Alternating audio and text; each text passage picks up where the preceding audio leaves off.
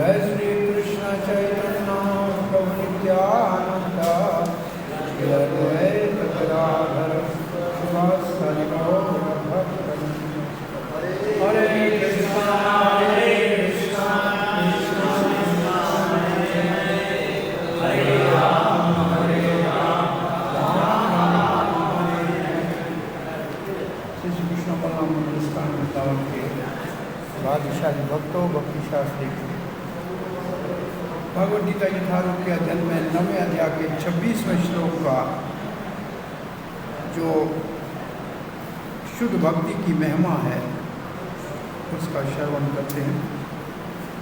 कल ये श्लोक पढ़ा था, पत्रम पुष्पम फलम तोयम यो भक्त्य परिसति तदहम भक्त्य प्रयत्नम अश्नामि प्रियतात्मनः। तो किसी ने जल का उदाहरण ढूंढा?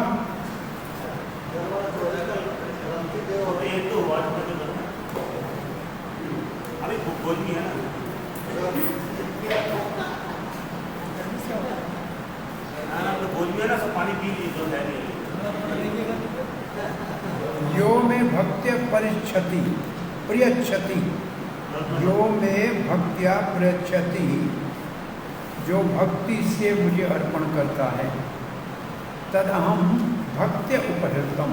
दो बार भक्ति आ गया, तब मैं भक्त्य उपहर्तम, जब प्रेम से अर्पण करता है तब मैं उसको स्वीकार करता हूँ। अश्नामी, सामान्य अश्नामी का शब्द है खाना, परंतु यहाँ है भोगना। जैसे फूल को तो नहीं खाएंगे, सूंघेंगे। पुष्प है तो सूंघेंगे, खाएंगे तो नहीं। तो अश्नामी का अर्थ है उसका आनंद लेना।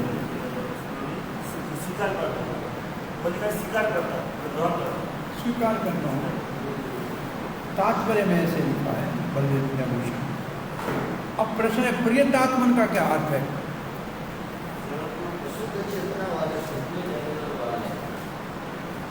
इसके दो अर्थ हैं।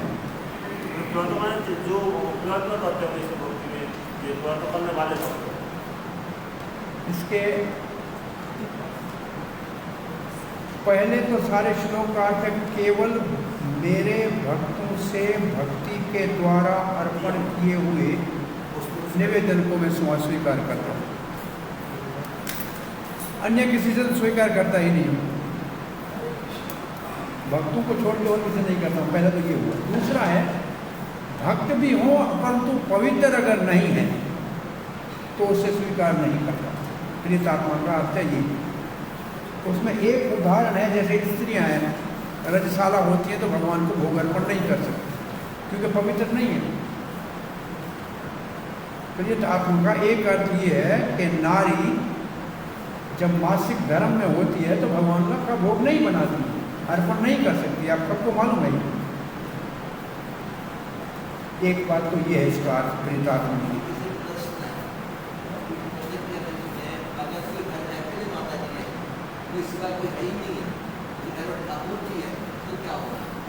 देखो, घर में ठाकुर जी की बात नहीं है, बात है जो प्राण प्रतिष्ठा की वो ठाकुर की मर्यादा। प्राय हमने देखा है कि भगवान की तो दूर बात है, घर का भी भोजन नहीं बनाती है मासिक धर्म में से। ये मर्यादा रखी।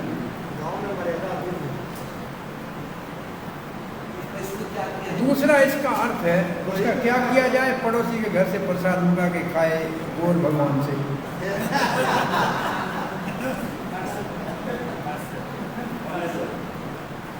दूसरा प्रियत आत्मना का अर्थ है जिसका मन पवित्र हो, पवित्र मन से।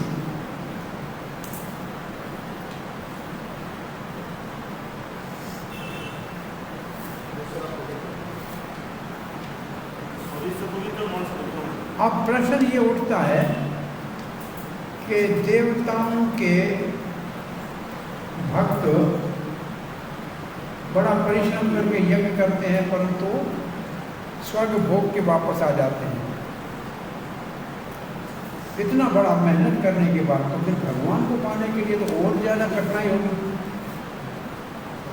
यहाँ से वापस ही नहीं आया जाता है। तो उसके लिए भगवान ये श्लोक कहते हैं, नहीं नहीं, भक्ति का काम तो सरल है, सुगम है, सुलभ है, सब कर सकते हैं। क्या मैं मानता हूँ, पत्रम पुष्पम फलम, तो ये तो कोई भी कर सकते हैं। तो ये श्लोक आया क्यों है कि भक्ति सरलता से सब कर सकते हैं, सब समय सब जगह। अब प्रभुपाद जी ने पहला शब्द लिखा है कि देखो क्या लिखा है,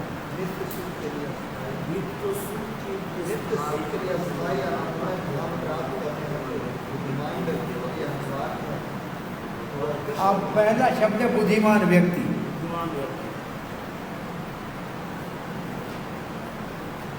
क्लास में है ना,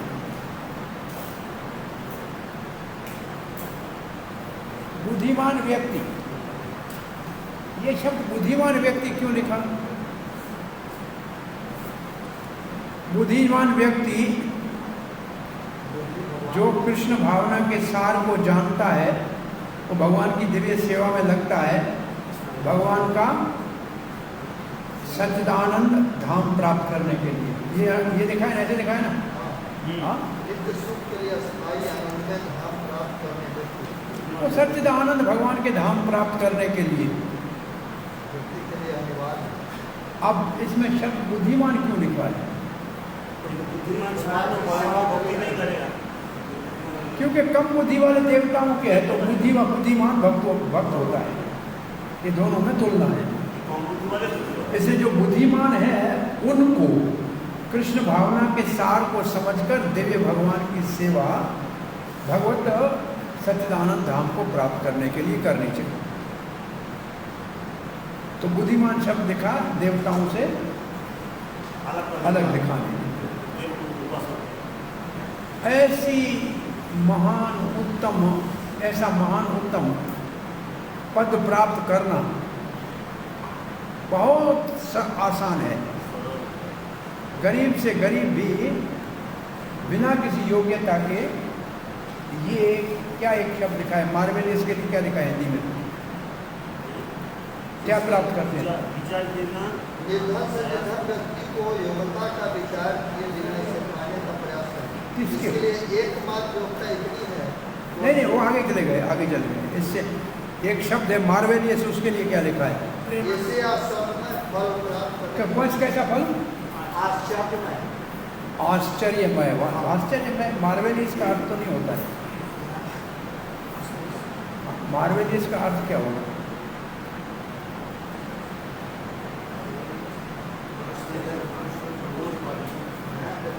अंग्रेजी में देखना, मार्वेलियस का शब्द का अर्थ क्या है?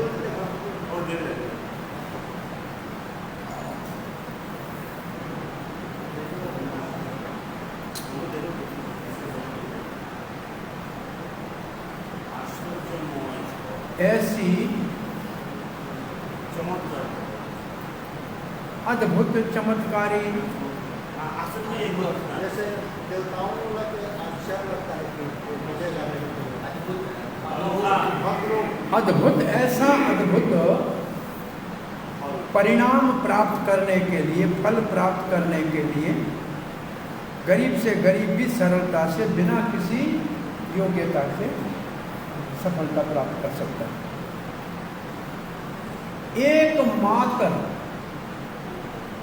एकमात्र योग्यता क्या होनी चाहिए?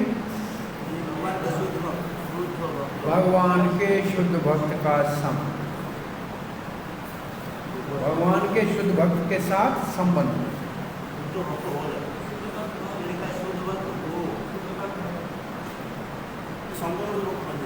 The only one required is this connection. In this connection is to be pure dual. इस संबंध में शुद्ध भक्त होना एक ही गुण है, मतलब बहुत भारी गुण है।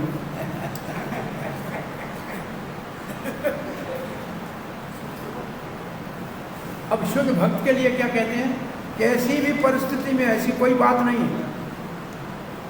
कैसी परिस्थिति का मतलब है गरीब है कि शाहूकार है, ब्राह्मण है कि शूद्र है, उसकी कोई परवाह नहीं। ये जो किसी भी अस्तित्व लिखा है ना, उसका अर्थ क्या होगा कि गरीब है या शाहूकार है कोई बात नहीं, ब्राह्मण है या शूद्र है उसका कोई बात नहीं, स्त्री या पुरुष है उसको कोई बात नहीं, कोई भी है। अब उसके हृदय में अगर परम पुरुष भगवान के लिए सच्चा प्रेम है तो भगवान उससे प्रसन्न होकर उसके अर्पण किए हुए नैवेद्य को स्वीकार करते हैं। और प्रभु इसलिए कृष्ण भावना से किसी को वंचित नहीं रखा जाएगा, सबको सौभाग्य दिया गया है, कोई भी आ सकता है। और ये आसान भी है और विश्वव्यापक भी है, सब विश्व के लिए। और प्रभु ऐसा कौन मूर्ख होगा जो कृष्ण भावना में बहुत सरल साधन से उत्तम सिद्धि को जीवन में प्राप्त नहीं करेगा। सच्चित आनंद, उत्तम सिद्धि सच्चित आनंद अवस्था। कृष्ण तो केवल प्रेममय सेवा चाहते हैं और कुछ नहीं चाहते। भगवान को कोई छोटा सा फूल शुद्ध भक्ति से दिया जाए तो स्वीकार करते हैं, परंतु अभक्त से नहीं। भक्तों को किसी चीज की आवश्यकता थोड़ी है, वो तो आत्माराम है, वो तो केवल भक्तों के प्रेम का आदान प्रदान करते हैं। तो कृष्ण भावना का अनुशीलन करना, उसको बढ़ाना, उसमें लगा रहना जीवन की परम सिद्धि है। भक्ति श्लोक में 2 बार कही गई है। इसका अर्थ है केवल भक्ति से ही भगवान श्री कृष्ण को पाया जा सकता है। ब्राह्मण होना जरूरी नहीं है, बहुत बड़ा विद्वान होना जरूरी नहीं है, धनी होना जरूरत नहीं है, दार्शनिक बड़ा होना जरूरी नहीं है। ये सब कृष्ण को वो मजबूर करें कि हमारा खा लो, ऐसा नहीं है। उदाहरण क्या उदाहरण है कि कृष्ण को कोई राजा महाराजा के भोजन की जरूरत नहीं है, दुर्योधन का नहीं खाया, तो भगवान को ऐसा कोई उसके लिए नहीं है। हविदुर का खा लिया, सुदामी गरीब का खा लिया, और भी गरीबों का खा लिया। कृष्ण कितने शब्द थे उसमें किसी ने गिने थे?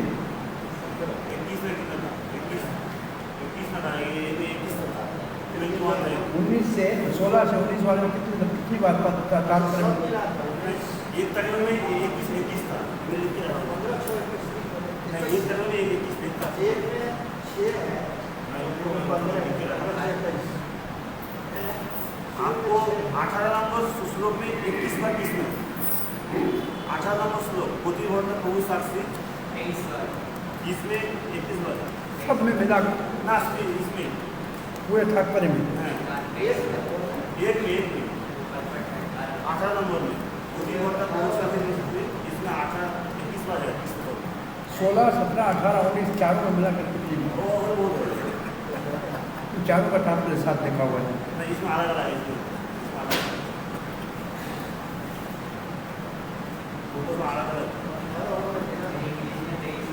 भक्ति के अतिरिक्त और कोई साधन भगवान को अर्पण हुई चीज को स्वीकार करने के लिए काम का नहीं।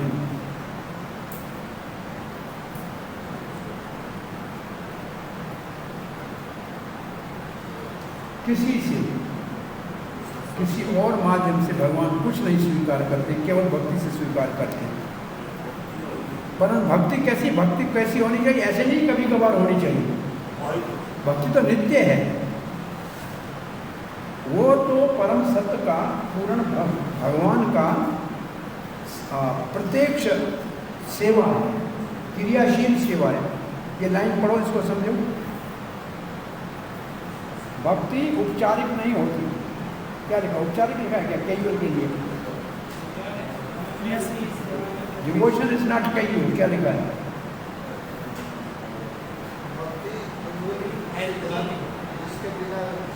क्या लिखा है?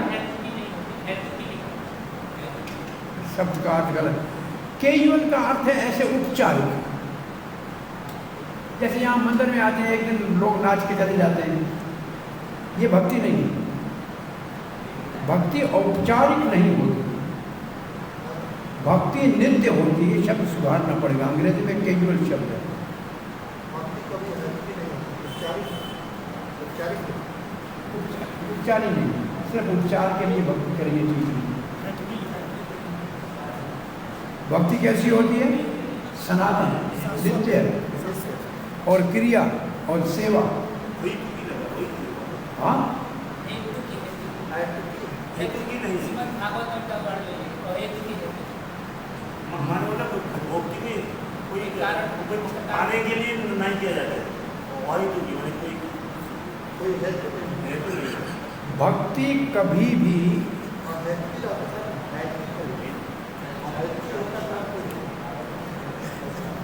परंतु उसके बाद क्या लिखा है? शाश्वत विधि है। फिर यह परम ब्रह्म की सेवा में प्रत्यक्ष कर्म है। ये विधि जो है सनातन है, नित्य है, शाश्वत है, ये तो ठीक है।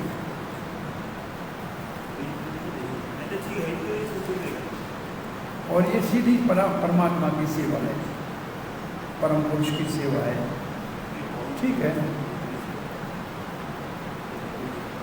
अब प्रभुपाद जी कहते क्यों भगवान की सेवा करो?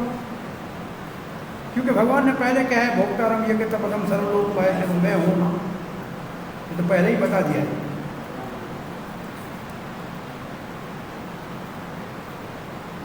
और फिर कहा कि कौन सा यज्ञ मेरे लिए करो।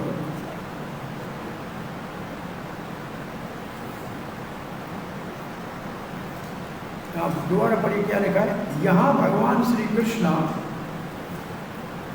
ये स्थापित कर रहे हैं कि वही एकमात्र भोक्ता है और आदि पुरुष हैं। समस्त यज्ञों के वास्तविक लक्ष्य हैं। हाँ, सारे भौतिक लक्ष्य हैं। और भगवान श्री कृष्ण बताते हैं वे किस प्रकार की भेंट पसंद करते हैं और किस प्रकार की भेंट पसंद करते हैं। यदि कोई शुद्ध होने तथा जीवन के लक्ष्य तक पहुँचने के उद्देश्य से भगवत भक्ति करना चाहता है तो उसे चाहिए कि वह पता करे कि श्री भगवान से क्या चाहते हैं। अब ये तो प्रश्न ऐसा है कि भगवान क्या चाहते हैं। शुद्ध भक्त को ये सोचना चाहिए भगवान क्या चाहते हैं। इसके लिए कोई उदाहरण? जैसे सेवा में हनुमान जी खड़े रहते हैं, भगवान क्या चाहते हैं, भगवान के मन की इच्छा को जान जाए भक्त। जैसे ये जान गए थे रूप गोस्वामी चैतन्य मनोभीष्टम कर्म, ये इसका भाव है। गरुड़ जी जानते हैं गुरु, हाँ, गरुड़ जी भगवान के मन की बात जान के बलि महाराज को बांध लिया। ये भी है नारद मुनि भगवान का बात को जान के कौन सा आ गया 8 कमल लगा के। तो शुद्ध भक्त को भगवान की बात, अच्छा ये तो हुए महान उदाहरण। हम भगवान की इच्छा को कैसे जानेंगे? गुरु की आज्ञा से। जो गुरु बोलेगा उसी को करेंगे तो भगवान की इच्छा। और शास्त्र और साधु, गुरु साधु शास्त्र, तीनों का मिलता है। गुरु का दिया तीनों बात नहीं है तो उसको अब जब कृष्ण से प्रेम करेगा तो वही देगा जो कृष्ण चाहेंगे। जो मांगेंगे नहीं वो क्यों दोगे? अब प्रभुपाद जी आ रहे हैं कि भगवान को भोग सात्विक लगना चाहिए। ये मांस अंडा मच्छी भगवान मांगा ही नहीं है। नहीं तो बोलते पत्रम पुष्पन की जगह बोलते अंडम मुर्गम मछली नहीं बोलते, नहीं बोलते। तो नहीं बोला है तो अब मैं कहूँ कि मुझे पानी चाहिए, आप कहोगे नहीं घी पियो। अरे घी बहुत अच्छा है। अरे भाई नहीं, मुझे पानी चाहिए। तो भाई जो मांगता है वो दो ना। तो ये प्रभुपाद जी ऐसे लिख रहे हैं। अब फिर सिद्धांत स्थापित कर रहे हैं ऐसी चीज़ें भगवान ने मांगी नहीं है, इसलिए भी अर्पण नहीं करनी चाहिए। साफ भगवान हमको, भगवान क्या कर रहे हैं? प्रार्थना कर रहे हैं। लिखा क्या है? उल्टे स्पष्ट आदेश देते हैं। आदेश लिखा है, रिक्वेस्ट लिखा है यहाँ। Instead, he clearly requests the यहाँ लिखा है कि उल्टे में स्पष्ट आदेश देते हैं कि वो पत्र पुष्प जल तथा फल अर्पित किए जाए। अब रिक्वेस्ट का अर्थ आदेश नहीं होना चाहिए ना। अनुरोध करते हैं, क्या करें? याचना करते हैं, बहुत बड़ी बात है। अब प्रभुपाद ने लिखा है याचना करते हैं और उसने लिखा है आदेश। हिंदी में गलत हो गया कि नहीं हो गया? यहाँ लिखा हुआ है आदेश, यहाँ है रिक्वेस्ट। क्योंकि बार बार भगवान जो है सुदामा कर रहे थे, अभी जो कुछ दिया है मेरे को, वो तो अलग है, वो अलग है, वो अलग है। ये आप जब बोलते हो कि समझते बाबी यही है।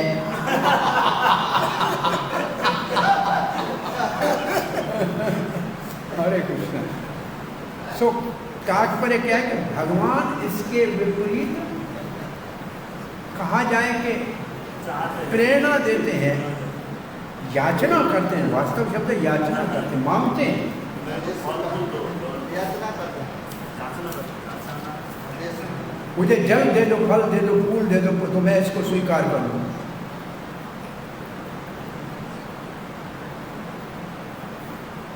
इससे समझना चाहिए कि भगवान अब भक्ष्य वस्तुओं को स्वीकार नहीं करेंगे। और ये सारी सामग्री तो मानव के लिए ही बनी है, जिसका भगवान ने हमको निर्देश किया है।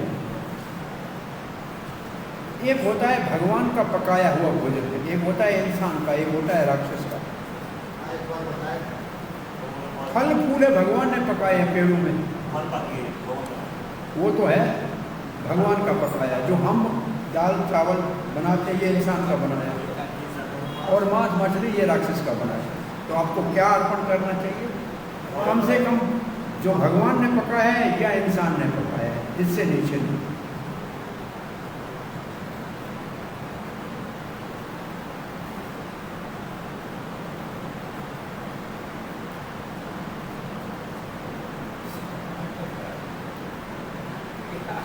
अगर हमारी इच्छा से कुछ भगवान को अर्पण करते हैं तो वो प्रेम नहीं है,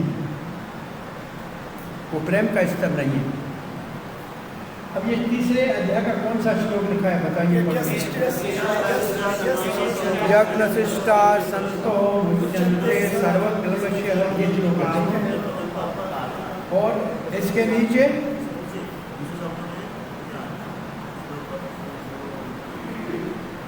ये दूसरा भाग है उसी श्लोक का। मुच्यन्ते भुञ्जन्ते थे अगम पापा, ये पचन्ति आत्म कारण, भुञ्जन्ते थे अगम पापा। अगम का अर्थ भी पाप है, अग भी पाप है, और अब दोबारा पाप, दो बार पाप क्यों लिखा? वो पाप ही है, पाप ही करते हैं। कोई कहे मैं अपने लिए बनाता ही नहीं, रेस्टोरेंट में खाता हूँ, तो बोलो अघम पापा।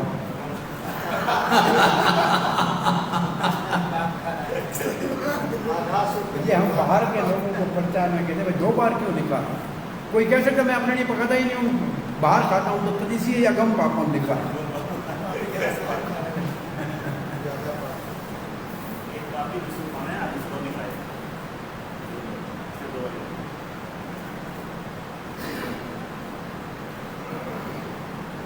अब प्रभुपाद कहते भगवान को उनकी इच्छा के अनुसार फल फूल सब्जियाँ बड़े प्रेम पूर्वक बनाकर, प्रणाम करके, प्रार्थना करके, निम्रतापूर्वक अर्पण किया जाए तो हमारे जीवन में उन्नति होगी। हमारा शरीर और हमारे मस्तक के अंदर भगवत तत्व को समझने के लिए हमारी जो सोच होगी वो शुद्ध हो जाएगी, साफ हो जाएगा। परंतु जब सामान लेते हैं, पकाते हैं, अर्पण करते हैं, सब में प्रेम होना चाहिए। लेकिन सब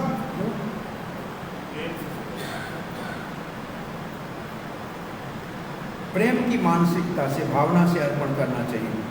भगवान को भोजन की आवश्यकता नहीं, उसके पास सब कुछ है।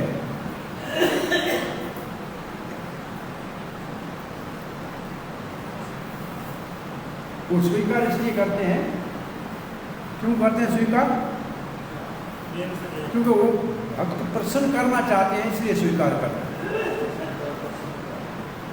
इसका क्या उदाहरण देंगे कि सब कुछ भगवान का है, तो भगवान को अर्पण करने की क्या जरूरत है? गंगा जल का तो गंगा गंगा से लेके गंगा को अर्पण करते हैं तो गंगा के भक्त बन जाए। और दूसरा उदाहरण, सूरज को दीप अर्पण करते हैं। बाप कमाता है, छोटा बच्चा है, कमाया बाप ने, लाया बाप, और बेटा उठा के माँ बाप के मुंह में देता है तो बाप खुश हो जाता है कि प्रेम से मेरा बेटा खिलाता है। ऐसे भगवान की चीज़ भगवान को प्रेम से अर्पण करते हैं तो भगवान प्रसन्न होते हैं। अब प्रभुपाद कह रहे सारी भोग तैयार करने में मुख्य बात, तैयार करने में, सेवा करने में, अर्पण करने में मुख्य बात क्या है? मुख्य है कृष्ण प्रेम। अब प्रभुपाद देव निराकार निर्विशेषवादी है, वो इस श्लोक का अर्थ समझेंगे ही नहीं। भगवान जब उसका मुख है ही तो खाएगा कहाँ से? हाथ ही नहीं है तो उठाएगा कैसे? और ये कह के प्रभुपाद जी कहते हैं या तो ये ऐसे कोई वो रूपक है, रूपक लिखा है, क्या लिखा है? रूपक है, या तो कृष्ण कोई भौतिक चरित्रवान व्यक्ति है जो भगवद गीता बोल रहा है। क्या लिखा है? मानवीय चरित्र है, भौतिक चरित्र। भगवद जो बोला है वो मानवीय चरित्र को बोला है, भगवद गीता बोला है लेकिन है मानव। भगवद गीता के उद्देश्य कृष्ण के मानवीय चरित्र का प्रमाण है। तो भगवद गीता के प्रवक्ता को सामान्य भौतिक मानव मानते हैं या तो रूपक कहते हैं इसको, परंतु उससे भी ऊपर कहाँ पहुंचे? परंतु वास्तव में सच तो ये है, परम पुरुष भगवान अपनी किसी भी इंद्री से कुछ भी काम कर सकते हैं। जैसे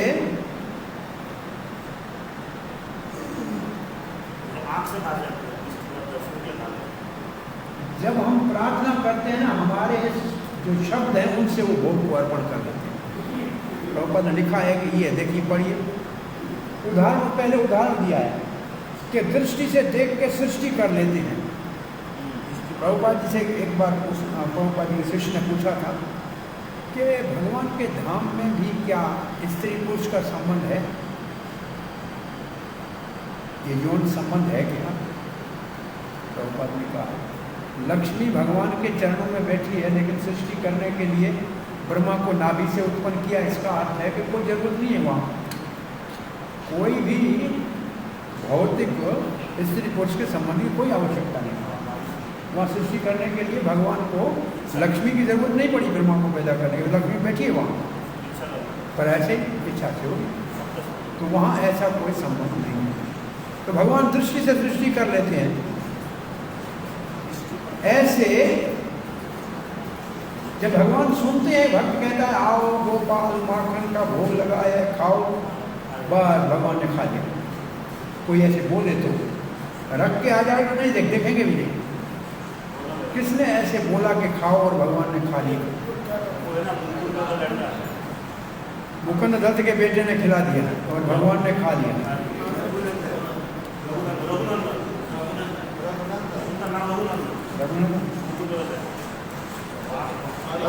और भी कई बार खाया है महाराष्ट्र के कौन से भक्त के हाथ से? नामदेव।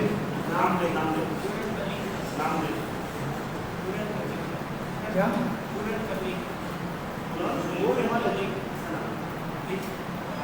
अच्छा, सबका नाम है तुरंत बोल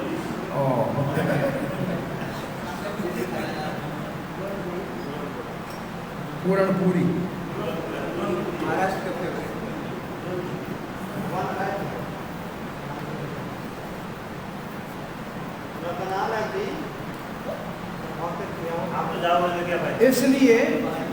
इसलिए एकमात्र भक्त जो भगवान कृष्ण को बिना किसी खंडन मंडन के स्वीकार करता है, समझता है कि वो परम सत्य है, और भगवान भोग को अर्पण स्वीकार करते हैं, तभी भगवान उसका स्वाद लेते हैं अथवा उसका भोग करते हैं। इसका क्या अर्थ हुआ कि अर्च विग्रह को जब हम अर्पण करते हैं तो भगवान समझ के अर्पण करें तो भगवान स्वीकार करेंगे। मूर्ति करे समझेंगे तो दिखा के भगवान को खाना हमको ही है, तो इसका मतलब भगवान नहीं लेंगे। भोग लगाना पड़ेगा, भोग लगा तो खाने की सब भोग खाएगा। 27वां श्लोक। यत् करोसि यदस्नासि यज्जौसि ददासि यत्तपस्यसि कौन्तेय तत् कुरुष्व मद अर्पणम्। यत् करोसि का मतलब जो करते हो, यद अस्नासि का मतलब जो खाते हो, यद जोहसी का मतलब जो देते हो। जोशी का अर्थ क्या है? जोशी जो अर्पित करते हो, जो देते हो, और ददासी यज्ञ आदि करते हो। यत तपस्वी जो तपस्या करते हो कुंती पुत्र, तद पुरुषो मद अर्पण, मुझे अर्पण करो। ये श्लोक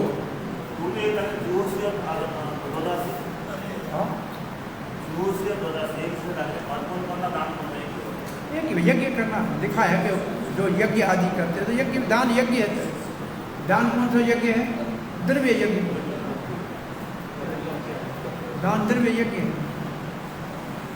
ये श्लोक कौन से विभाग में डालेंगे? केवला भक्ति में, प्रधानीभूति भक्ति में, किसमें डालेंगे? निष्काम कर्म। प्रधानीभूति में, भक्ति में डालें। कौन सी प्रधानीभूति में डालें? अभी तक हमने कुछ कितनी प्रधानीभूता सीखी है? 4। कर्म मिश्रित, योग मिश्रित, ज्ञान मिश्रित, आर्य मोक्ष इच्छा 4 है। ज्ञान मिश्रित, कर्म मिश्रित, योग मिश्रित और इन तीनों से लीजिए ये 8वें अध्याय में मोक्ष का इच्छुक।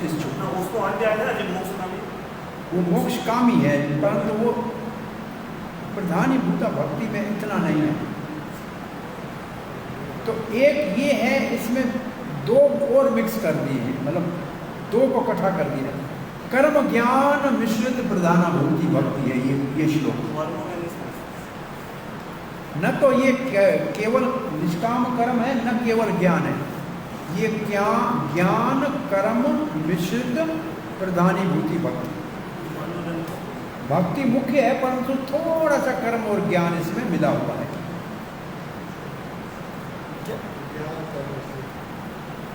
ज्ञान क्यों मिला हुआ है? क्योंकि यज्ञ और तपस्या है, उनसे ज्ञान होता है।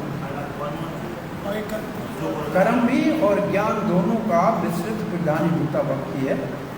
ये प्रधानीभूता भक्ति कौन से आचार्य ने शब्द को यूज किया है? विश्वनाथ चक्रवर्ती। तो उन्होंने इसको उस विभाग में डाला है। तो अब आपके पास प्रधानीभूता 4 हो गए। कर्म मिश्रित, ज्ञान मिश्रित, योग मिश्रित, कर्म और ज्ञान मिश्रित। तो उन तीनों से ये थोड़ा ऊपर है। उनमें 2 चीजें हैं, उनमें एक चीज है। ज्ञान यज्ञ है, तप है, वो तो ज्ञान, उनसे ज्ञान ही उत्पन्न होता है ना। ये जो 4 अध्याय में सारे यज्ञ क्या करते हैं? ज्ञान उत्पन्न करते हैं, उनसे ज्ञान होता है।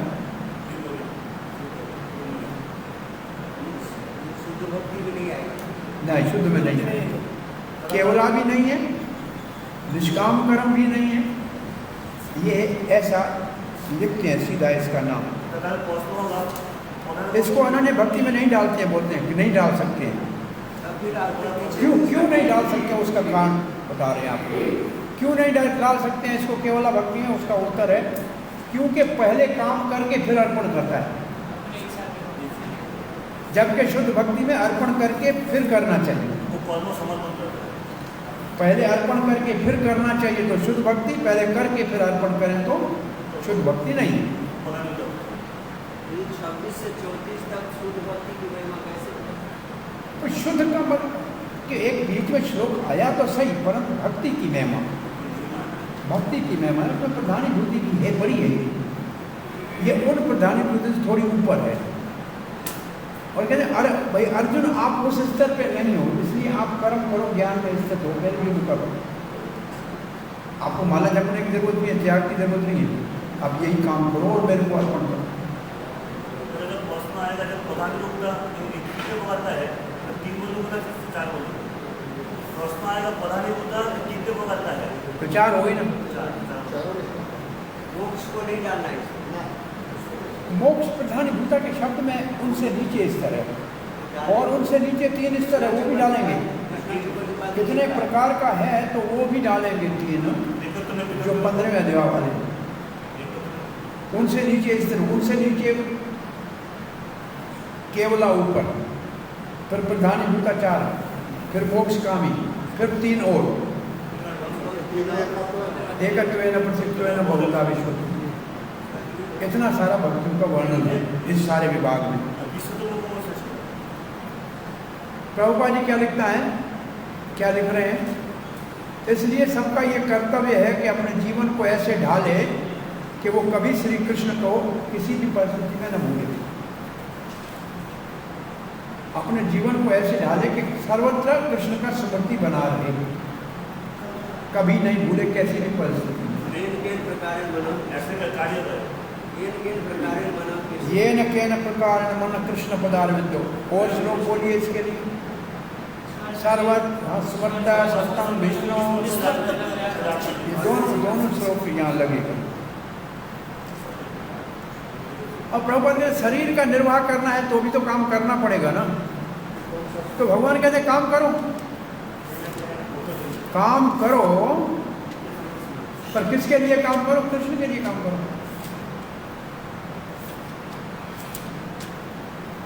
कुछ खाना है तो पकाओ और भगवान को अर्पण करो।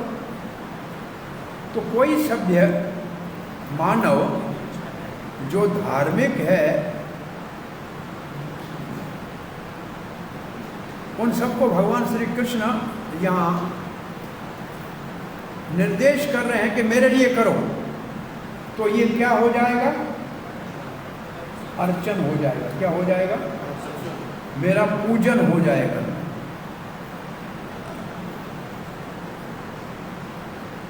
अब देखो प्रभुपाद जी वो ददानी शब्द को दान लिखते हैं,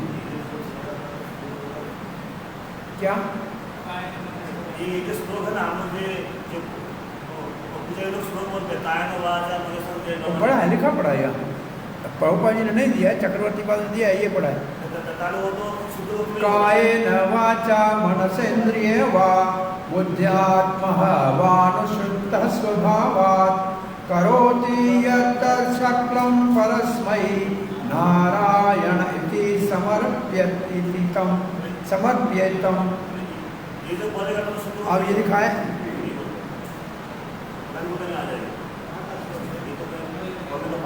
ये है भक्ति, ये भक्ति है।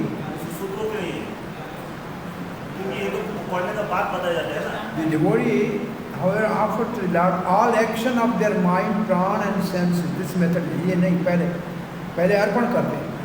इसका बाद ये बोलते हैं।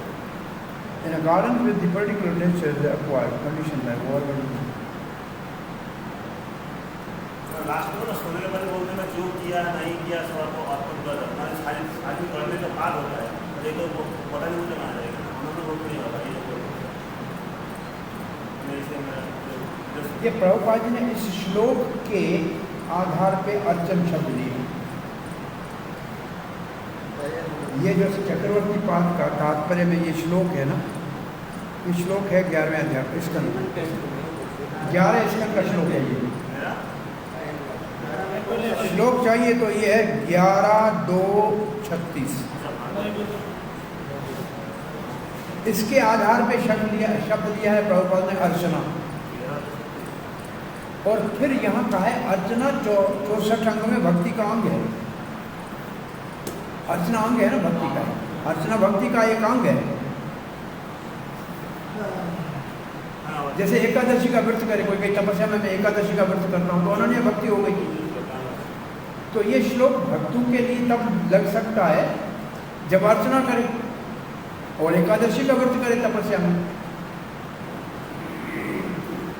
ये प्रश्न उठाया है, परंतु कहते हैं फिर भी, ये आपका कहना अब आ रहा है, फिर भी।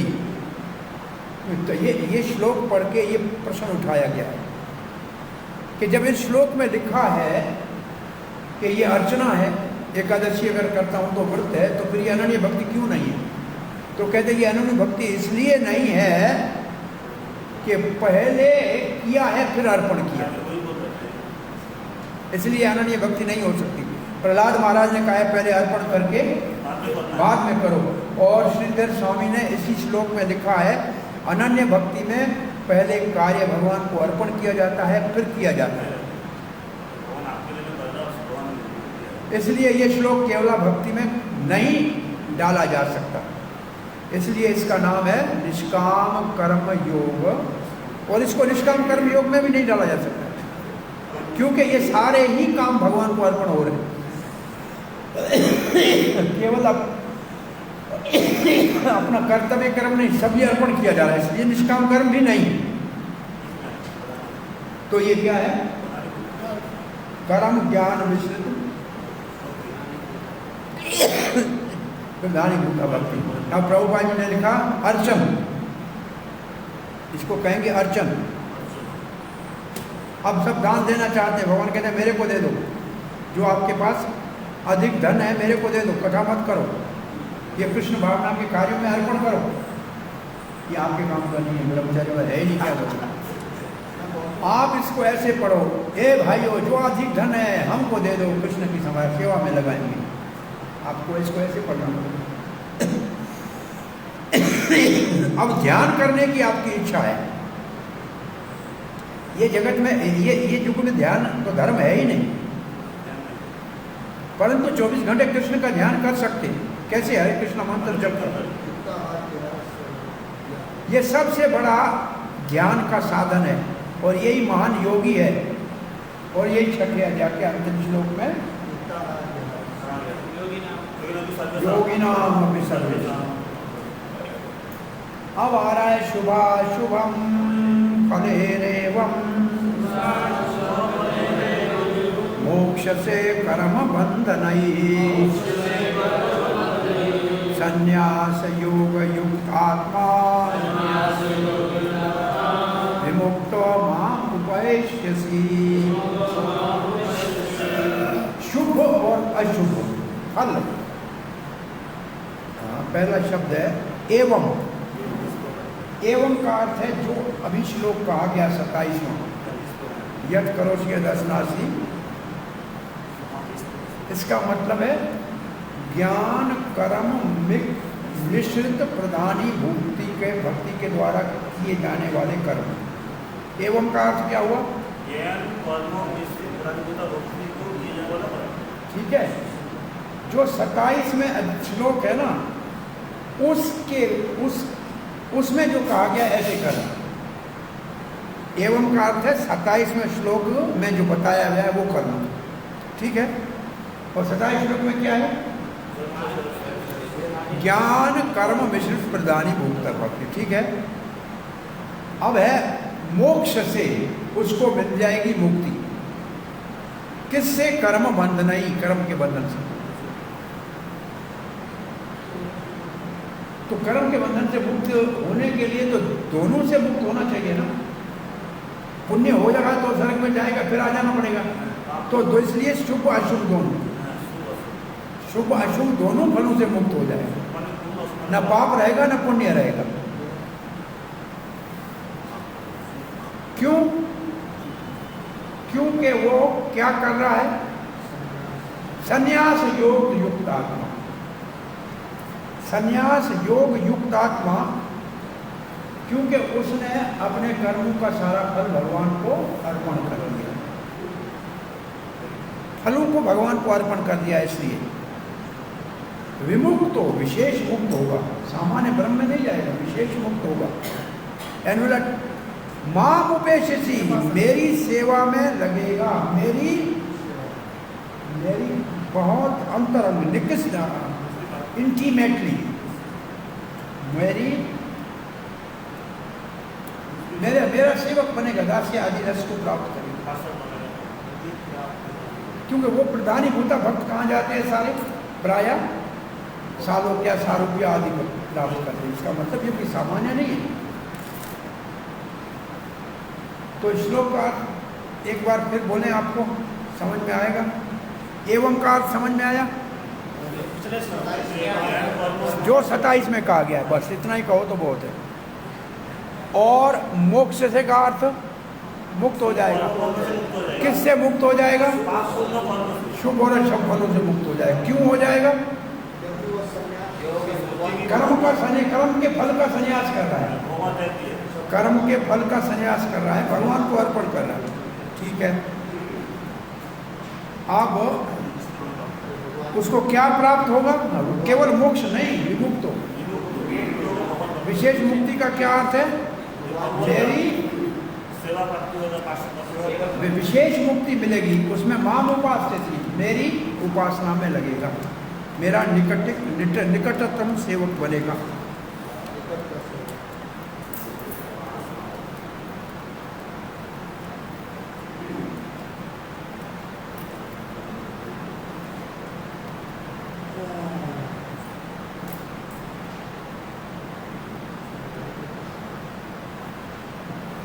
ये श्लोक किसी को याद है?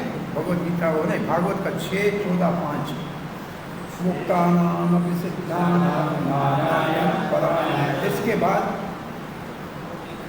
इसके बाद है शुभ, सुदुर्लभ प्रशांतात्मा कोटिषु अपि महामुने। ये भी ठीक है। मुक्तिम ददाति करचित सम्नच भक्ति योगम। बहुत से श्लोक लिखे। श्रील प्रभुपाद जी क्या लिखते हैं उसको पढ़ते हैं।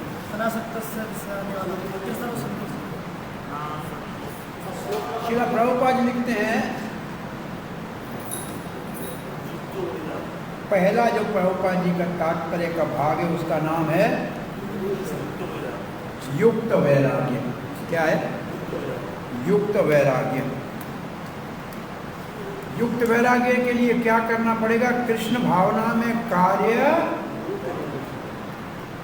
गुरु अधिकारी व्यक्ति के नियंत्रण में करना पड़ेगा, निर्देश में करना पड़ेगा। उसको युक्त वैराग कहते हैं। अनासक्तस्य विषयं यथार्थम उपयुञ्जतः निर्बंध कृष्ण संबंधे युक्तम वैराग्यम उच्यते। निर्बंध कृष्ण संबंधे का क्या अर्थ है?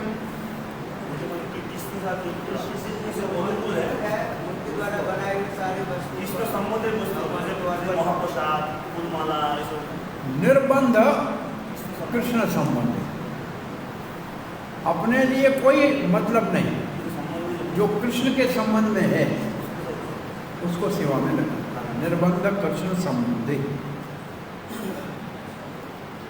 जब तक हम भौतिक जगत में हमें कार्य तो करना ही पड़े, हम कार्य तो बंद नहीं कर सकते, इसलिए कार्य करके उनका फल कृष्ण को अर्पण करना चाहिए। उसको युक्त वैराग्य कहते हैं, प्रभुपाद जी कहते हैं।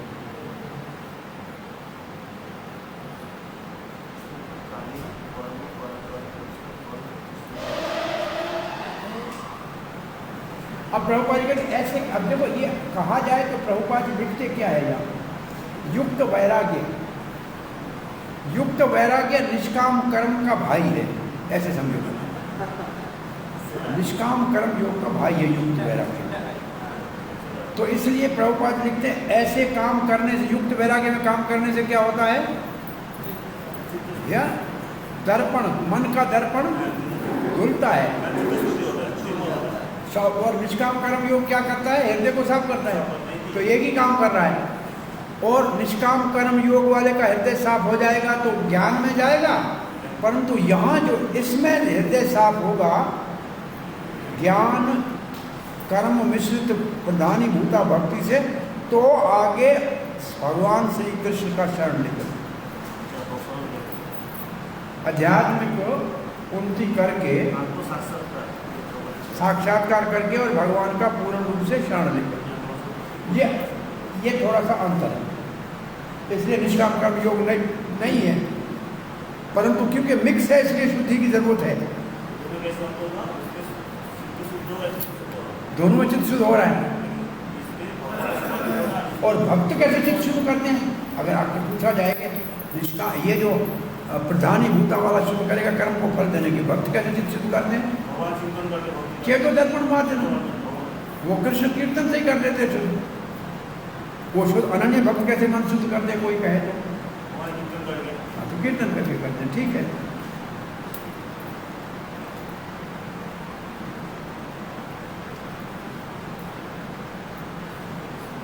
आप श्री प्रभुपाद जी लिखते हैं अंत तो गत्वा क्या होना चाहिए? मोक्ष से। अब प्रभुपाद जी मोक्ष शब्द की परिभाषा लिख रहे हैं, और मोक्ष अंत में चाहिए मोक्ष। परंतु मोक्ष क्या क्या है? क्या आपका क्या समस्या है?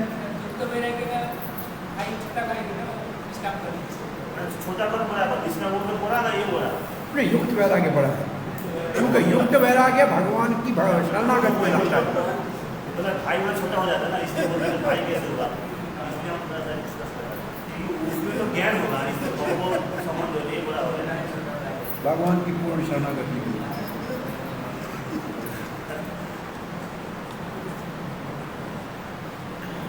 सोतेला भाई, सोतेला सोतेला कौन? सोया हुआ है, जागा नहीं है।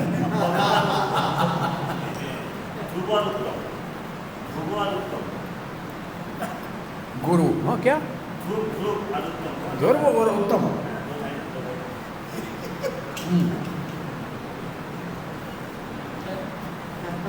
अब प्रभुपाद जी कर रहे हैं व्याख्या मुक्ति की, और प्रभुपाद जी कहते हैं ब्रह्मन में लीन होना केवल एकमात्र मुक्ति नहीं है, परंतु भगवान के धाम में जाना।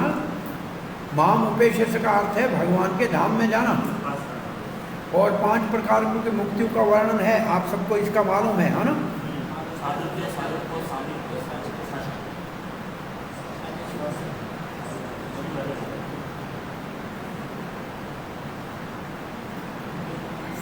प्रभुपाद जी यहाँ लिखा 5 स्तर है मुक्ति, कैसे लिख दिया? क्या लिखा है वहाँ? 5 अवस्था है, 5 अवस्था है, स्टेजेस लिखा है, डिफरेंट स्टेजेस। एक ही बात है,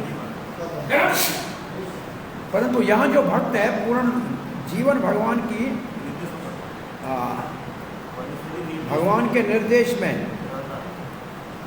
और शरीर छोड़ने तक काम में लगा है, तो भगवत धाम में जाके भगवान के सानिध्य प्राप्त करेगा। तो ये 4 प्रकार की मुक्ति प्राप्त करेगा। हाँ, सायुज्य छोड़, सायुज्य नहीं। परंतु कृष्ण लोग नहीं जाएगा, क्योंकि प्रधानी भूता वाला है। प्रधानी भूता वैकुंठ वाला है। 4 मुक्तियां विशेष रूप से वैकुंठ है।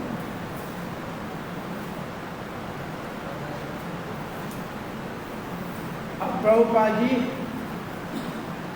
संन्यास योग युक्तों की परिभाषा लिख रहे हैं।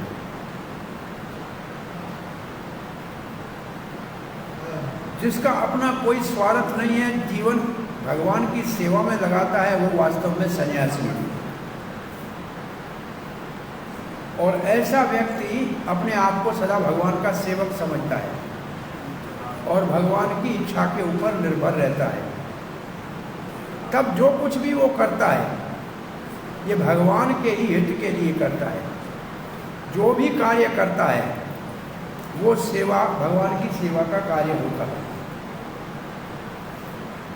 इसका कोई भी ध्यान फल के कर्मों के प्रति नहीं होता है, और न ही वेदों में वर्णित सकाम कर्मों की भी कोई इच्छा होती है। सामान्य व्यक्ति को अपने वेदों में निर्धारित काम का करना चाहिए, वर्णाश्रम का, पर ये उससे ऊपर है। ये है अंतर। किसमें? निष्काम कर्म योगी वेदों में वर्णित कार्य करता है। ये दूसरा अंतर है निष्काम कर्म योगी में और इस प्रधानी भूता भक्त में। इसमें भी वेदों को निष्काम कर्म योगी केवल वेदों में वर्णित कर्म को ही, कर्म के फल को भगवान को अर्पण करता है, परंतु ये सब कुछ करता है, भगवान का इच्छा अनुसार सब कुछ करता है भगवान की इच्छा के अनुसार।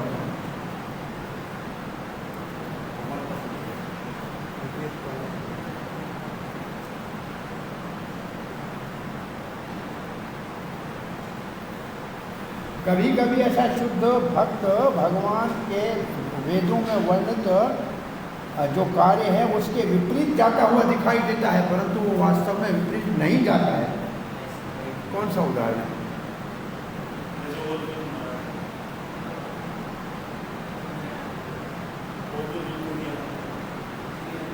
वैष्णव कभी ऐसे कार्य करते हैं जो लगता है कि वेद के विपरीत है, परंतु है नहीं, क्योंकि इसके बाद प्रभुपाद ने लिखा है वैष्णव की क्रिया को जानना मुश्किल है। तो वो पढ़ने वैष्णव क्रिया मुद्रा विज्ञान न बुझाए, ये लिख दिया।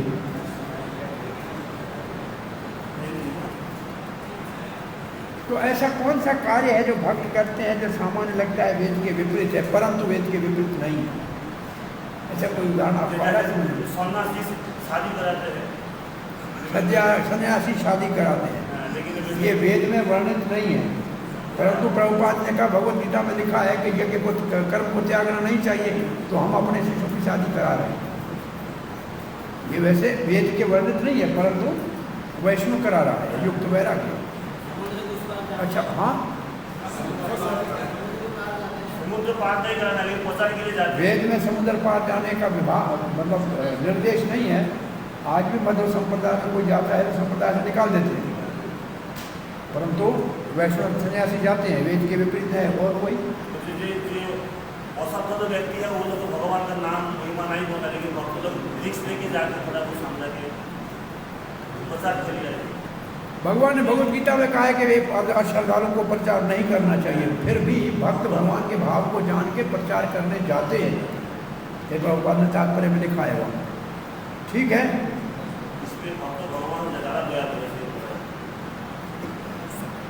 इसी कारण तो जो भक्त ऐसे कार्य करता है वो अभी भी मुक्त है और मरने के बाद तो भगवत धाम जाएगा ही। ये भौतिक लोगों की निंदा से ऊपर है। कैसे? उदाहरण क्या लिखा है प्रभुपाद जी? जैसे कृष्ण की कोई निंदा नहीं कर सकता है भौतिक व्यक्ति, ऐसे भक्त भी भौतिक निंदा से मुक्त है। नित्यानंद प्रभु के सारे कार्य वेदों के विपरीत थे, अवधूत के कुछ भी करता है। और एक ब्राह्मण ने जाकर चैतन्य महाप्रभु को कहा जगन्नाथपुरी में कि आपको तो साक्षात भगवान मानता हूँ, पर तो नित्यानंद के रेशमी कपड़े पहनते, पान चबाता है, उसके ऊपर मेरे को विश्वास नहीं है, वो वेदों के विपरीत कार्य कर। तो महाप्रभु ने कहा क्या कि नित्यानंद वैश्या के गले में हाथ डाल के शराब की बोतल लेके जाए तो भी मेरे लिए पूजनीय है, तो भी मेरे लिए पूजनीय है। महापुरुष कार्य करता है उसमें दोष नहीं देखना चाहिए। फिर चैतन्य महाप्रभु ने ब्रह्मा जी को अपनी कन्या वाक के पीछे काम से भागते हुए मरीचि के 6 पुत्रों के हंसने की कथा बताई कि उनको असुर योनि में जाना पड़ा। इसलिए वैष्णव के कार्य को न समझ में आए तो उसकी निंदा नहीं करनी चाहिए। ये तो मेरे ख्याल उपदेशामृत में भी ऐसा श्लोक है कि वैष्णव के बाहर के शरीर के रोग को रंग को नहीं देखना चाहिए। चरिता गंगा भी कई बार हाँ, गंगा के फैन जैसे होता है, तो ये भी उदाहरण दे सकते हैं इसमें। तो ये बातें समझ में आई। इतने श्लोक हमारे हो गए, एक श्लोक और पढ़ते हैं। समोहम सर्वभूतेषु न मे द्वेषो अस्ति न प्रियः ये भजन्ति मां भक्त्या मयि ते तेषु चाप्यहम्। समोहम सर्वभूतेषु का अर्थ तो सबको आता है, मेरा सब प्राणियों के साथ संभावना है। न मे द्वेषो अस्ति न प्रिय, न मुझे किसी से द्वेष है न कोई मुझे प्रिय है। परंतु ये भजंती तू, तू जो शब्द है तू का अर्थ है परंतु। परंतु जब आए तो नीचे वाला ज्यादा महत्वपूर्ण होता है। संस्कृति की एक सिद्धांत है कि पूर्व पक्ष के पीछे अगर परंतु आ जाए तो उत्तर पक्ष ज्यादा बलवान होगा। तो उत्तर पक्ष क्या है? ये भजन भी तुम भक्त है, जो भक्त मेरा भजन करते हैं, मई तेषु चापी हम, वो मुझ में है मैं उनमें हूँ। प्रभुपाद जी इसके लिए कौन सा उदाहरण दिया करते थे?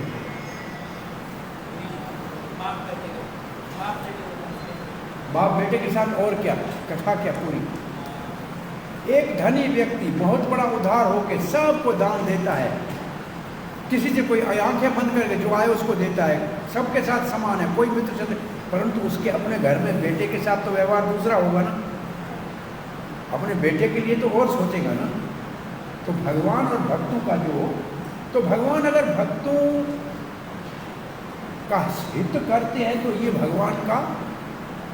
भगवान में ये दोष नहीं है, ये भगवान का दूषण नहीं है, ये भगवान का भूषण है। तो इस श्लोक में मैं सबसे समान हूँ, किसी से मेरा नाम, किसी का मैं न अहित करता हूँ ना हित करता हूँ, मैं सबके साथ एक जैसा व्यवहार करता हूँ, न द्वेष करता हूँ, न प्रिय है। जिस मात्रा में जो भक्त मेरी पूजा करता है भक्ति के द्वारा, वैसे ही मैं उनके साथ व्यवहार करता हूँ। ये चक्रवर्ती बात कहती है।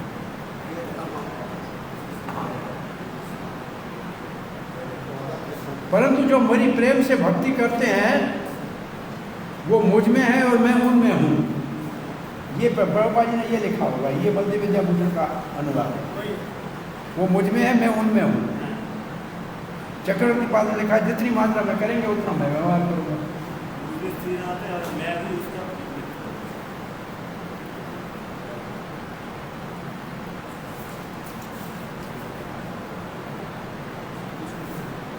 अब प्रश्न उठाते हैं, चक्रवर्ती पाद इस श्लोक के ऊपर प्रश्न उठाते हैं। कब? हरे कृष्णा, क्या प्रश्न हो गया आपका? लोग आए थे ना पहले, कब? भगवान सबके लिए समान। भगवान सबके श्लोक आया था, गीता में आए थे। भगवान सबके लिए समान। जितना मात्रा में भजन करता उतना मात्रा में उसको फल देता। तो ये था हम भजन दे वो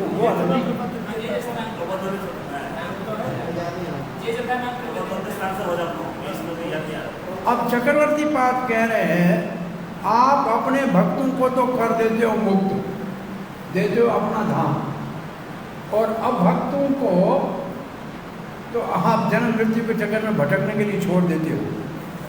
तो ये तो अन्याय हो गया, ये न्याय तो करते नहीं हो आप। ये तो आपकी आसक्ति भी है और द्वेष भी है।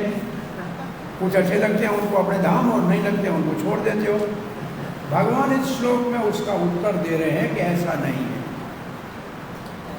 मैं सबके साथ समान हूँ, किसी के प्रति मेरा ना द्वेष है ना प्रिय है।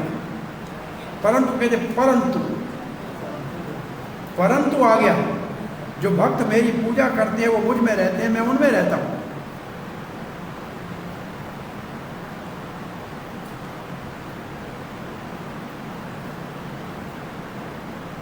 अब चक्रवर्ती वाले एक दूसरा प्रश्न उठा रहे हैं, इसमें कौन सी बड़ी बात है? भगवान आपने 9वें अध्याय में पहले ही कह दिया है कि सारा जगत आप में, आप जगत में, इसमें कौन सी बड़ी बात है?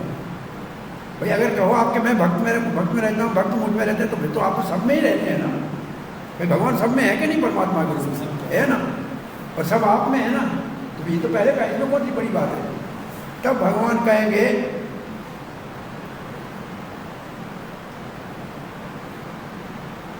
जो मेरी भक्ति करते हैं और मुझ में आसक्त है, तो फिर मैं उनमें आ सकता हूँ, क्योंकि मैंने ये नियम बनाया, ये था हम प्रपद देते हैं। भक्त मुझ में आ सके इसलिए मैं उनमें आ सकता हूँ। तो पहला जो कहा वो समझ में आया आपको? भक्त मुझ में, मैं भगवान, मैं भक्तों में है, कौन सी बड़ी बात है? आप सब में हो, सब आप में है, ये तो पहले बता चुका, इसमें कौन सी बड़ी बात है?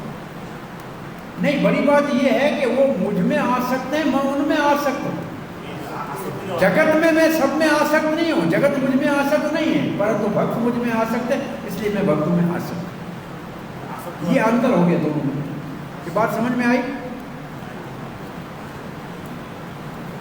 और इसके लिए वही श्लोक दिया है जिसकी हम बात कर रहे थे, ये यथा माम प्रबंध ताम तदेव भजामि मम वर्तमानो वर्तन्ते मानुष्य वर्तकारोष्य।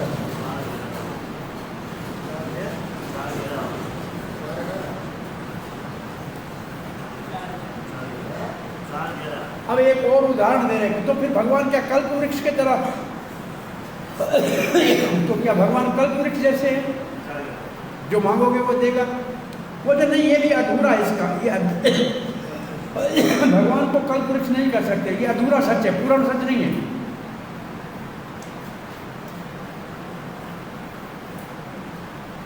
जो चाहो वही देगा, लेकिन नहीं, अधूरा सच क्यों है? बोला कल्प वृक्ष से मांगते हैं, लेकिन कल्प वृक्ष में आसक्त तो नहीं है, और कल्प वृक्ष में आसक्त नहीं हो सकता है ना, केवल फल देता है। तो भगवान में और कल्प वृक्ष में अंतर क्या हो गया? भगवान भक्त भगवान में आसक्त होता है, भगवान भक्त में आसक्त होता है। कल्प वृक्ष मांगने वाले में आसक्त नहीं होता है, और नहीं मांगने वाला कल्प वृक्ष में आसक्त होता है। ये अंतर है इसके।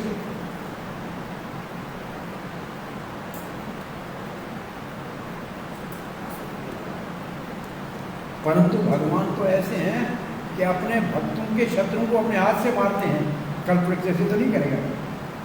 भगवान तो अपने भक्तों के शत्रुओं को अपने हाथ से मारते हैं। प्रहलाद महाराज को कहते हैं, प्रहलाद यदा दोह्येत धनिष्यापि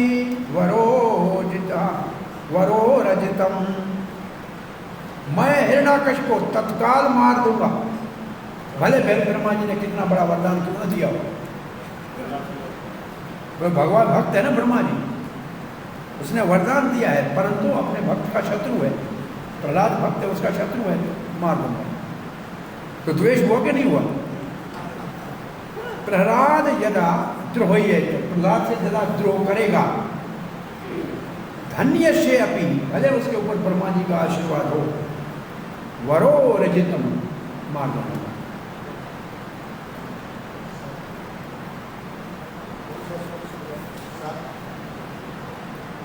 तू का अर्थ ये है, चक्रवर्ती भाई, तू का भाव ये है,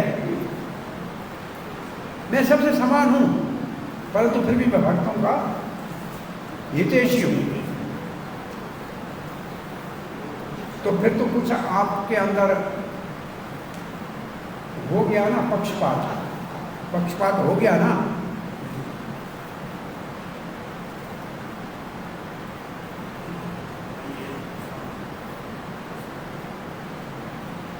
और कहते ये पक्षपात भगवान का दूषण नहीं है, भूषण है।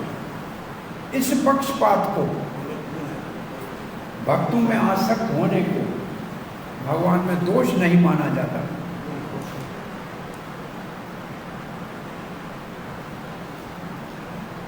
योगी में और ज्ञानी में भगवान आसक्त नहीं होता, केवल भक्त में आसक्त होता है।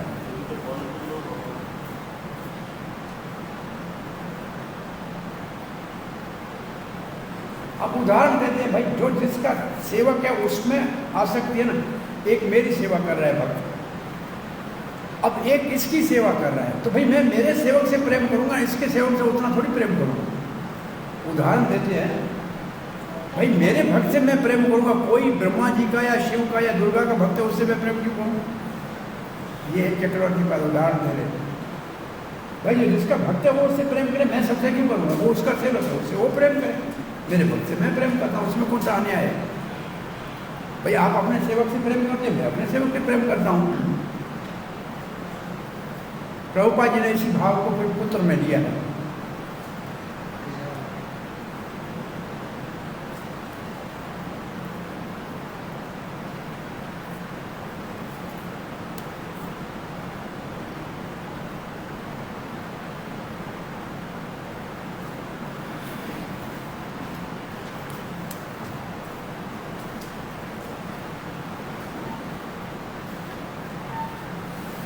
इसमें प्रभुपाद चक्रवर्ती बलदेव विद्याभूषण का ये उदाहरण देते मिलेगा अपने को।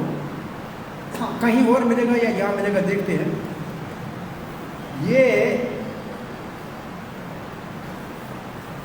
भगवान और भक्त एक दूसरे में आसक्त होते हैं, इसका उदाहरण क्या है? बोला जैसे सोने की अंगूठी में हीरा, सोने की अंगूठी में हीरा एक दूसरे की महिमा बढ़ाते हैं। सोना हीरे की और हीरा सोने की।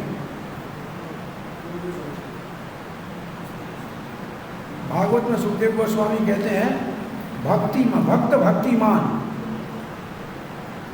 भगवान अपने भक्तों के भक्त हैं। ये था मामा आया फिर, चलिए बहुत लंबा है। गोपाल तापनी आप शुक्रिया गया। श्रील प्रभुपाद लिखते हैं भगवान श्री कृष्ण का सबके साथ समान भाव है, उनका कोई शत्रु नहीं, कोई मित्र नहीं है, तो अपने भक्तों में ज्यादा रुचि क्यों लेते हैं? कौन से भक्तों में जो सदा उनकी सेवा में लगे रहते हैं, उनमें रुचि क्या ज्यादा क्यों लेते हैं? प्रभुपाद कहते हैं ये जो पक्षपात है ये स्वाभाविक है। ये जो विवेक है, विवेक लिखा क्या है? सहज सहज सहज। ये सहज है, क्या लिखा है शब्द? यह तो सहज है कि जगत में होता है क्या? कोई व्यक्ति अत्यंत नहीं, इससे पहले परंतु उनकी दिव्य सेवा में सदैव लगा रहता है, दिव्य सेवा में सदैव। परंतु this is not discrimination, it is natural. ये कहाँ, इसका क्या अर्थ है? भेदभाव नहीं है, सहज है। भेदभाव नहीं, सहज है। ये भेदभाव नहीं है, ये सहज है। हाँ? इसका मतलब है ये भेदभाव नहीं है, ये स्वाभाविक है। ठीक है। भौतिक जगत में भी प्रभुपाद ने उदाहरण किया जाए, दानी कितना ही बड़ा हो परंतु अपने बच्चों के साथ अलग व्यवहार करता है।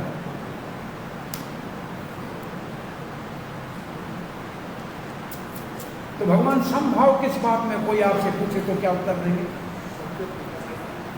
भगवान सबसे समभाव किस बात में? सबके हृदय में परमात्मा के रूप में बैठे हैं, सबके लिए वही सूर्य है, सबके लिए वही हवा है, सबके लिए वही पानी है। परमात्मा के रूप में भगवान सबके साथ संभाव है। भगवान के रूप में भगवान पक्षपात करते हैं। ब्रह्म के रूप में भी सबसे समान है, वह तो किसी का पक्षपात कर ही नहीं सकते। तो जो आवश्यकता है सब दुनिया में सबके लिए बराबर भगवान देते हैं, परंतु भक्त के साथ व्यवहार में अंतर है। अब देखिए क्या लिखा है।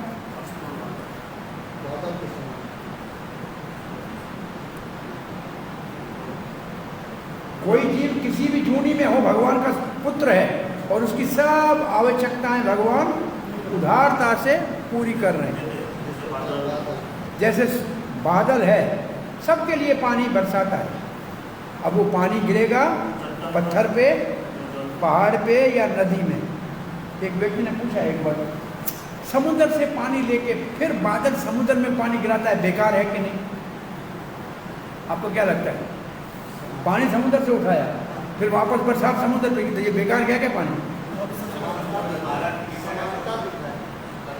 नहीं, समुद्र में सिपी है, वो पानी की बूंद को लेके मोती बना लेगी, बेकार वहां भी नहीं, वहां भी उसका उपयोग है, लेकिन हमको नहीं दिख रहा है कहीं भी। भाई वो हिमालय में वर्षा होती है, बर्फ जम जाएगी, अब नदियां गर्मी में कहाँ से आती है? वहां से आ रही है। तो जहां भी वर्षा होती है वहां लाभ तो होता ही है, ऐसा नहीं है पहाड़ के ऊपर बरसात होती है तो लाभ नहीं होता, और समुद्र में बरसात होती है लाभ नहीं, वहां भी लाभ होता है, परंतु है सबके लिए समान। ये समानता का उदाहरण है।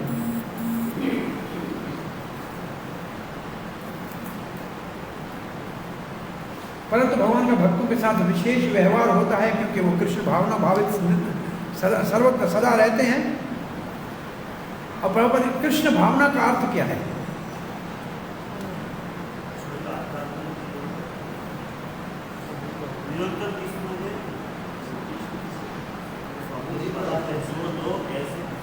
वो मुझ में, भगवान उनमें, ये उनका आपस में परस्पर व्यवहार है। ये यथामाम प्रपद्यते श्लोक दिया, ये है उस श्लोक के आधार पे, ठीक है, ये श्लोक दिया हुआ है। अब वो हीरा और अंगूठी की बात आ रही है। जब हीरा अंगूठी में लगाया जाता है तो सुंदर लगता है, सोने की में महिमा बढ़ती है और हीरे की भी बढ़ती है। और भगवान के भक्त दोनों चमकने लगते हैं। जब जीव भगवान की सेवा में लगना चाहता है तो जीव सोने के समान है और भगवान हीरे के समान है। दोनों मिल जाएंगे तो बहुत सुंदर होगा। अब प्रभुपाद कहते हैं जीव शुद्ध अवस्था में भक्त है और ऐसे भक्त का भगवान भक्त बनता है। यह है सुखदेव महाराज का श्लोक, भक्त भक्तिमान। अभी पढ़ा था भागवत का श्लोक। और भगवान का भक्त के साथ जो व्यवहार है वो किसके ऊपर आधारित है? एक शब्द लिखा है, ध्यान से पढ़ो। सागुणवादी। सागुणवादी क्या शब्द अर्थ किया है? पर्सनलिस्ट फिलॉसफी। पर्सनल फिलॉसफी का मतलब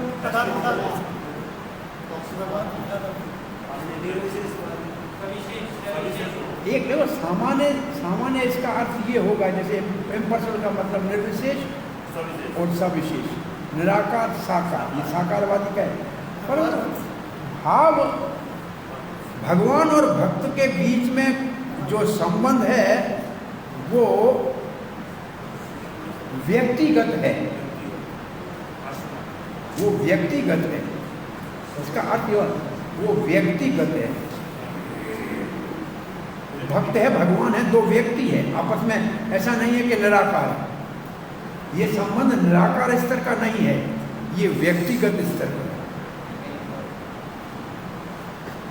निराकार में आदान प्रदान नहीं होता है भगवान और निराकारवादी के बीच में, परंतु साकारवादी में होता है।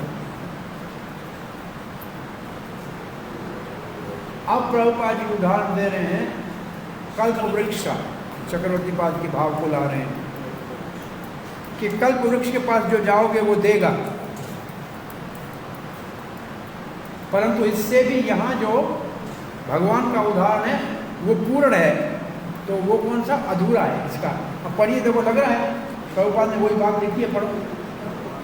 प्रायः दृष्टांत दिया गया कि भगवान कल्प वृक्ष के समान है और मनुष्य इस वृक्ष से जो भी मानता है भगवान उसकी पूर्ति करते हैं। किंतु यहाँ पर जो व्याख्या दी गई है वह अधिक पूर्ण है। अधिक पूर्ण है इसका मतलब कल्प वृक्ष क्या है? अधूरा है। ये प्रभुपाद जी के भाव, उसी चीज के भाव को ऐसे दिया है, तो वो पहले पढ़ेंगे तो ये समझ में आएगा, नहीं तो नहीं समझ में आएगा। इसलिए भगवत गीता को ठीक तरह समझना है जीवन में, तो ये दो आचार्य के तात्पर्य जरूर पढ़ने चाहिए और प्रभुपाद के साथ साथ, तो समझ में आएगा प्रभुपाद जी का। बलदेव विद्याभूषण और विश्वनाथ चक्रवर्ती, भगवान यहाँ भक्तों से पक्षपात करते हैं, ये भगवान की विशेष कृपा है। और ये जो भगवान का आदान प्रदान है, भक्तों के साथ व्यवहार है, ये कर्मों के आधार पे नहीं है, ये आध्यात्मिक स्तर पे है। भक्ति भौतिक स्तर का, भौतिक जगत की चीज ही नहीं है। ये तो भगवान की स्वरूप शक्ति ही आध्यात्मिक जगत से आती है, सच्चिदानंद, जहाँ उसका महत्व है। इतना आज बहुत हो गया। हरे कृष्णा। कल छुट्टी है, कल थर्सडे है ना, शुक्रवार को ये अध्याय पूरा करेंगे, फिर आगे जो होगा देखेंगे। अभी चेद सदाचारो भजते माम अनन्य भाग साधरे समन्तव्य सम्यक